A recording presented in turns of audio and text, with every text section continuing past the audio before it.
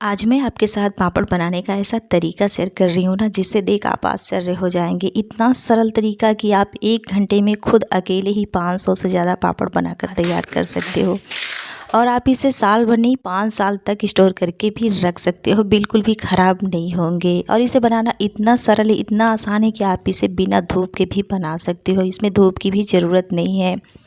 आप बैठ कर के खड़े हो कर के जैसे भी आप कंफर्टेबल हैं आप वैसे बना सकते हैं। टाइम भी कोई फ़िक्स नहीं कि आपको दिन में ही बनाना है, सुबह शाम दोपहर जब भी आपको टाइम मिले, रात में भी आप इसे तैयार कर सकते हो। ये ख़राब बिल्कुल भी नहीं होते हैं। और बिना धूप के भी आप इन्हें सुखा सकते हो, बिना धूप के भी ये सूख जाएंगे, बिल्कुल भी ख़राब नहीं होंगे। तो फिर चलिए बनाते हैं और देखते हैं कैसे बनता है। इसे बनाने के लिए मैंने एक पैन में डाला है 3.5 कप पानी और साथ ही 1.5 छोटी चम्मच नमक और 4 से 5 ड्रॉप तेल के। और बढ़िया सा बड़ा सा उबाल आ गया है, गैस का फ्लेम ऑफ कर दिया है। अब इधर यहाँ पर लिया है चावल का आटा, इसे छान करके लिया है। जितना पानी लिया है 3.5 कप यहाँ पर मैंने आटा भी लिया है। इसमें डाल दिया है फ्रेश हरा धनिया बारीक बारीक काट करके, और साथ यहाँ पर आधी छोटी चम्मच से थोड़ा सा कम मैंने यहाँ पर खाने वाला सोडा यूज़ किया है। तो मैंने 3.5 कप चावल का आटा लिया है, उसी हिसाब से आधी छोटी चम्मच से थोड़ा सा कम यहाँ पर मीठा सोडा लिया है, खाने वाला सोडा। अगर आप कम क्वांटिटी में बना रहे ना तो थोड़ा सा कम लीजिएगा। तो अब इस आटे में ना वो गर्म पानी जो गर्म करके रखा है ना नमक वाला, उसे डाल देना है। तो बढ़िया से डाल देना, इकट्ठा नहीं डालना है, थोड़ा थोड़ा करके डालना। बस करना क्या है, आपको इसमें मिक्स करना है अच्छे से। तो थोड़ा थोड़ा करके सारा ही पानी डाल देना है। तो यहाँ पर जो आटा है ना ये बिल्कुल बारीक वाला है और अच्छी क्वालिटी का है। अगर आपका आटा मोटा होगा ना थोड़ा सा पानी ज़्यादा लग सकता है, यानी कि 4 कप तक भी लग सकता है।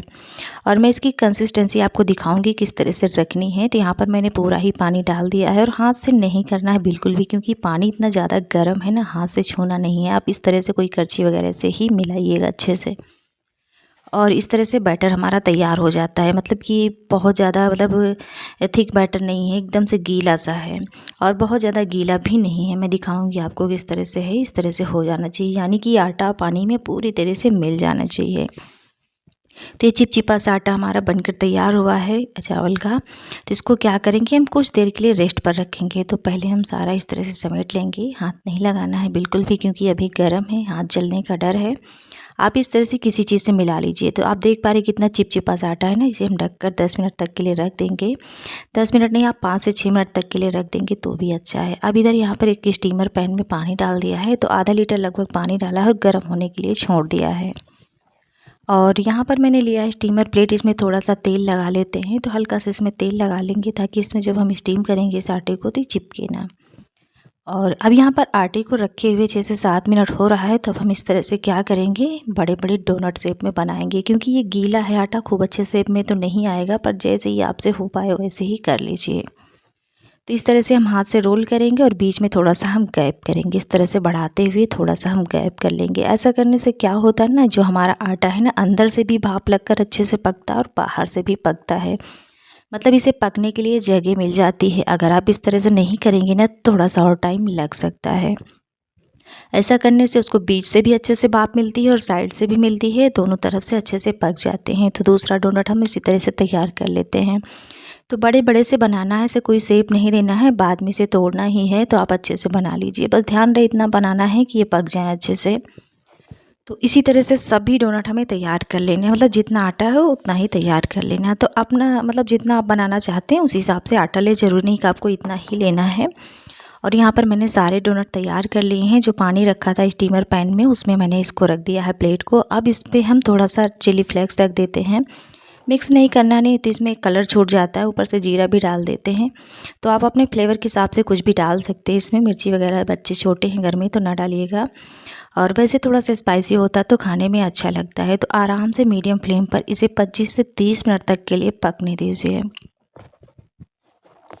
और अब देख पा रहे हैं 25 से 30 मिनट हो रहा लगभग। मैंने यहाँ पर 30 मिनट तक पकाया है मीडियम फ्लेम पर। और जो स्टीमर पैन में पानी डालें ना तो आप अच्छे से डालिए। ऐसा नहीं है कि आप पकते पकते बीच में ख़त्म हो जाए। तो मतलब इतना पानी डालिए कि 25 से 30 मिनट तक के लिए मीडियम फ्लेम पर अगर आप पकाएं तो पानी नीचे का ख़त्म ना हो पाए। तो यहाँ पर गरम में ही सारे डोनट निकाल लेने हैं। इस तरह से मैं निकाल ली हूँ एक बड़ी परात में, क्योंकि इसे हमें मैश करना है अच्छे से, तो सारे डोनट इस तरह से निकाल लेना है। तो मैं यहाँ पर सारे ही निकाल ले रही हूँ। निकाल करके तुरंत ही इसे मैश करना, मतलब रखना नहीं है, ठंडा बिल्कुल भी नहीं करना है दोस्तों। तो अब यहाँ पर पोटैटो मैशर से मैं मैश कर रही हूँ, क्योंकि अभी बहुत ज़्यादा गर्म है, हाथ से तो हो ही नहीं पाएगा। और इस तरह से हमें मैश कर लेना। मैश करने के बाद ही हम इसको और भी अच्छे से मैश करेंगे। इसमें कोई मतलब गुठलियाँ वगैरह नहीं होना चाहिए, और आटा मुलायम रहेगा ना तो ये बढ़िया से मैश हो जाएगा। इसलिए पहले जब आटा आप लगाएं डोनट के लिए ना, तो एकदम मुलायम होना चाहिए, मतलब टाइट आटा नहीं होना चाहिए, मुलायम रहेगा तभी इस तरह से आपका आटा तैयार होगा बाद में। तो अब किसी पॉलीथीन वगैरह ले लीजिए, उसमें डाल करके बेलन से इस तरह से दबा दबा करके थोड़ा सा मतलब बढ़ा दीजिए। क्या इससे क्या होता है ना, पूरी तरीके से मैश हो जाता है। ऐसे होता नहीं, हाथ से भी नहीं हो पाता है, और मतलब पोटैटो मैशर से भी ठीक से नहीं हो पाएगा। तो आप देख पा रहे हैं मैं इस तरह से करती हूँ तो कितना बढ़िया सा हो जा रहा है। तो ऐसे ही आप पलटते पलटते अच्छे से पॉलीथीन के ऊपर से बेलन से बढ़ाते हुए मिक्स कर लीजिए। आप देख पा रहे हैं जिस तरह से आप रोटियां वगैरह बेलते हैं ना, उस तरह से बेलन चलाएंगे दबा दबा करके, तो बढ़िया से मिक्स हो जाएगा। और अब यहाँ पर थोड़ा सा ठंडा हो गया, तो अब हम हाथ से छू पा रहे हैं। जैसे ही हाथ से छू पा रहे हैं ना, तब आप हाथ से कर लीजिए, पॉलीथीन से निकाल लीजिए और हाथ से मसलते हुए बढ़िया सा चिकना डो तैयार कर लीजिए। तो इस तरह से हम एक हाथ से ऊपर की तरफ खींचेंगे और एक हाथ अंदर की तरफ, इस तरह से खींच खींच करके आटे को हम मैश कर लेंगे अच्छे से। तो ये आटा हमारा बढ़िया सा सेट हो जाता है, और कितना मुलायम है आप देख पा रहे हैं। अगर आप पहले से मुलायम डो नहीं रखेंगे ना, तो इस टाइम ये मुलायम नहीं बनकर तैयार होगा, हार्ड हो जाएगा, आपको बनाने में प्रॉब्लम आएगी। तो यहाँ पर मैं 3 कलर की बना रही हूँ, तो इसलिए मैंने 3 भागों में आटे को कर लिया है। तो यहाँ पर ऑरेंज कलर डाल रही हूँ, तो फूड कलर ऑरेंज डाल दिया है मैंने। यहाँ पर पाउडर वाला डाला है, आपके पास लिक्विड वाला हो तो वो भी डाल सकते हैं। तो यहाँ पर ऑरेंज कलर को डाल करके बढ़िया से मिक्स कर लिया है। तो आटा भी हमारा बढ़िया से तैयार हो गया है। तो आप इस तरह से डाल लीजिए, मतलब इसको वो स्टीम करते समय नहीं डालना, बाद में ही डालना, नहीं तो क्या होता है ना, सारा आटा मतलब एक में मिक्स हो जाता है, फिर कलर ख़राब हो जाता है। सारा एक में कर लीजिए, अच्छे से मैश कर लीजिए, फिर जितने कलर आप बनाना चाहते हैं आप बना लीजिए। और बिना कलर के बनाना चाहते हैं तो बिना कलर की भी बना लीजिए। वैसे होली है, रंगों का होली होता है, तो रंग बिरंगी चीज़ें दिखने में अच्छी लगती हैं, तो इसलिए कलर डाल करके ही बनाया है। अगर आप नहीं पसंद करते तो आप नहीं बनाइए। तो मैंने यहाँ पर 3 कलर, मतलब एक वाइट तो है ही, ग्रीन कर लिया है, ऑरेंज कर लिया है। तीनों को मैं बेल करके भी दिखाऊंगी। इसको मतलब कोई ऐसा नहीं है कि गर्म में ही बनाना है, ठंडा हो जाएगा पूरी तरीके से तो भी कोई प्रॉब्लम नहीं। आप बैठ करके आराम से बना लीजिए। अगर आप को खड़े होने में प्रॉब्लम हो रही है, या फिर किचन बोर्ड पर ही बना सकते हैं, खड़े खड़े किचन पर भी बना सकते हैं, धूप में जाने की भी ज़रूरत नहीं है। और इसको खींच खींच करके जितना पतला चाहे आप उतना पतला बेल भी सकते हैं। आप देख पा रहे हैं मैं बेल रही हूँ ना कितनी आसानी से। तो इस तरह से आप चकले को घुमा करके बेल सकते हैं, या फिर आप उठा उठा करके भी पलट पलट करके भी बेल सकते हैं। किस तरह से मैं बेल रही हूँ, मैं दोनों तरीके से आपको दिखाया किस तरह से तैयार हो जाता है। तो आप चाहो तो ऐसे ही छोटे छोटे साइज़ की बेल करके फैला दो, या फिर आप एक साइज़ की बनाना चाहते हो तो इस तरह से किसी भी चीज़ से आप काट सकते हो। तो मैंने यहाँ पर एक मतलब डब्बे का ढक्कन लिया, इससे काट रही हूँ। इससे क्या होगा, सारे जो पापड़ हैं हमारे एक साइज़ के बनकर तैयार होंगे। तो ये जो मतलब कटन निकल रही है ना, इसको वापस आप समेट कर रख दीजिए। दोबारा से बेल करके सेम तरीके से आप तैयार कर सकते हैं। तो यहाँ पर मेरा एक पापड़ तैयार हो गया। इसको मैं फोल्ड करके भी दिखा रही हूँ, बिल्कुल भी चिपकेगा नहीं। आप इकट्ठे ही मतलब सारे के सारे पापड़ बना करके एक प्लेट या थाली में रख लीजिए। उसके बाद ही आप फैला दीजिए, धूप हो या ना हो, या पंखे में डाल सकते हो। तो यहाँ पर मैं ग्रीन वाला भी आपको बेल करके दिखा सकती हूँ। यहाँ पर वाइट तैयार हो गया है, तो ग्रीन वाले को भी सेम प्रोसेस से इस तरह से आप बेल सकते हैं। देख पा रहे कितनी आसानी से बेला जा सकता है, बिल्कुल भी चिपकता भी नहीं है। आपको किसी भी चीज़ की ज़रूरत भी नहीं है कि तेल वगैरह लगाना, बिना तेल के भी आप इसे बेल सकते हो। और सेम प्रोसेस है, मैंने उसी ढक्कन से काट लिया है। तो ये इसमें भी जो ये निकल रहा है, इसको ग्रीन वाले बैटर में रख देंगे, मतलब डो में दोबारा से बेल करके तैयार करेंगे। तो यहाँ पर मेरा जो है ग्रीन कलर का पापड़ तैयार हो गया है। ये ऑरेंज का भी मैंने सेम प्रोसेस से ही तैयार कर लिया है। तीनों कलर के पापड़ तैयार हो गए हैं। तो ऐसे ही सारे बना लेना है। धूप में डाल दो या पंखे में डाल दो, आराम से सूख जाता है। तो ये देखिए मैं सुखाने के बाद का दिखा रही हूँ, सारे पापड़ किस तरह से सूख करके तैयार हुए हैं। ना ही फटते हैं, ना ही टूटते हैं, ना बनाते समय, ना ही तलते समय, ना ही फैलाते समय, ना ही सुखाते समय, कहीं से भी फटने का कोई चांस ही नहीं है। इतने स्वाद के बनकर तैयार होते हैं कि मज़ा आ जाता है खाकर भाई।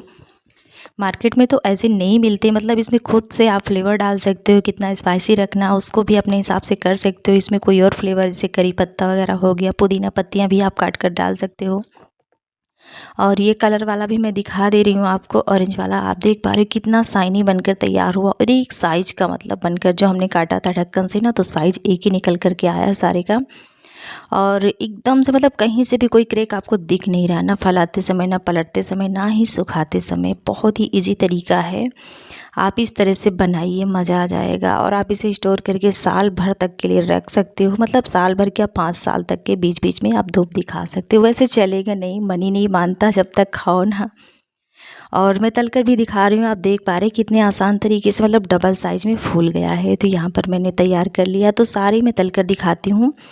ये वाइट वाला भी दिखाऊंगी, और रेड वाला और ग्रीन वाला, सारा ही मैं तैयार मतलब तल के दिखाऊंगी। कितने आसान तरीके से फूलते हैं, तलते समय भी ये नहीं फटते हैं। तो है ना आसान रेसिपी फ्रेंड्स।